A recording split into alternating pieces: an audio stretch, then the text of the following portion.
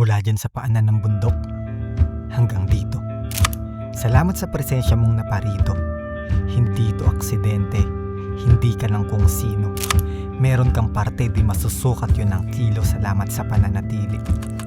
Salamat sa pagpili. Salamat sa pagtsatsaga at sa mahaba mong pisi. Higit pa to sa anuman, sa maraming paraan, kung bakit naman tayo nandirito, sining ang dahilan, isalin natin ang apoy. Sa init magpakalong. Pag humina ang liwanag, magsilbi tayong panggatong ng isa't isa. Para harapin ang hamon at ang magandang bukas pag natapos ang kahapon, dahil ang buhay ay parang pag-akyat mo ng bundok. Pag napapagod ka na, pag ginagapang mo na, ibig sabihin malapit ka na sa tuktok, kumapit ka lang. Huminga ka ng malalim. Pag nasa taas ka na, mas masarap dun manalangin, sasagipin ka nito, kasabay ng pagtahan, dahil minsan ang kalikasan pa ang magsisilbi mong kaligtasan sa magulong mundo.